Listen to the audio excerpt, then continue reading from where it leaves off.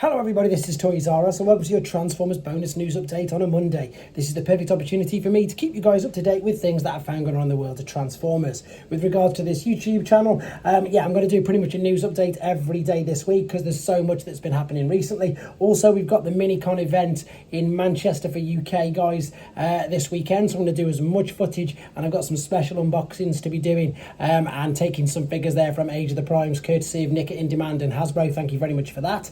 With regards to the news, we're going to kick off with these things that just keep blowing my mind, to be fair. So these are the Prime 1 Studios. Now, we've already seen these two, I say figures, statues. Now, that is legitimately their size. So we saw Optimus Prime last year. We've seen Megatron briefly over the last couple of weeks or so. And you can see these are huge. These are just under a metre tall. So we've already seen them. This is their new Optimus Prime. No ideas on price, no ideas on exact stature of it, height, etc. And if you want to see these without the glare, head to Prime 1 Studios or TFW 2005, in fact T-Formers for these images. Now this Optimus Prime looks, again, incredible. It's going to be totally out of my price range, but it sort of makes me chuckle because, you know, statues are supposed to be statues, but with these, there's so many things that you can do with them. Granted, it's not an action figure, and granted, you know, you can't transform it, but with the amount of interchangeable weapons that you can see here and the fact that they light up and just look incredible, it's just amazing to me, just I suppose how far we've come with regards to Transformers and with regards to everything like this. You know, who'd have thought you'd be buying just shy of a metre high Optimus Prime and Megatron statues. There's the shield, there's a light up energon axe, there's light up swords, there's a light up blaster, there's all these extra features on the back, etc. It looks incredible, and as I say, this is the Optimus Prime to rival the Megatron that we've just seen, the Overlord version of him. You can see there Optimus Prime 0x, Age of Overlord, and the project is in progress. I will of course keep you up to date with that as and when we find out more. Right, we've already seen some of these, but this is a bit better images and better and actual shots of the packaging. This is Blokees Shining 3 set. This is being shipped to me right now as we speak from showz. This is the packaging. I love the fact that they've gone with a minor Megatron. Looks really cool, and I also love the fact that we've got, you know, Delta Magnus, we've got a Ramjet, sorry, not Ram, yeah, we have got Ramjet. We've got Tarn, and as I say, we've got, this is the Chase version, different to the Dark, I suppose, just standard version. The way to look at that is, the one's the minor Megatron and the one's the Fractured Friendships one, which of course were the actual figures, and hopefully I'll get this straight off, but you never know. Right, moving on to the comics. The comics, again, as always, are giving us a full choice and variety of covers.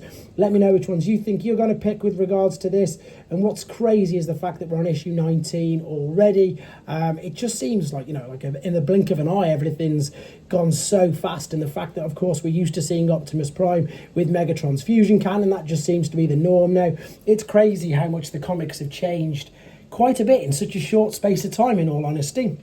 Right, DNA upgrade kits.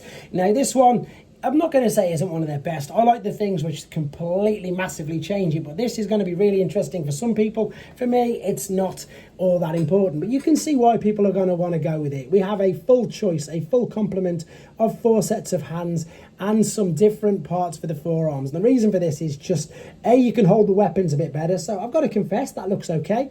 It looks all right. And the reason they're saying is, rather than you just obviously resting the weapons in the hands via the port, you can hold them much more securely, which granted you can. This photo, it's really hard to see the difference.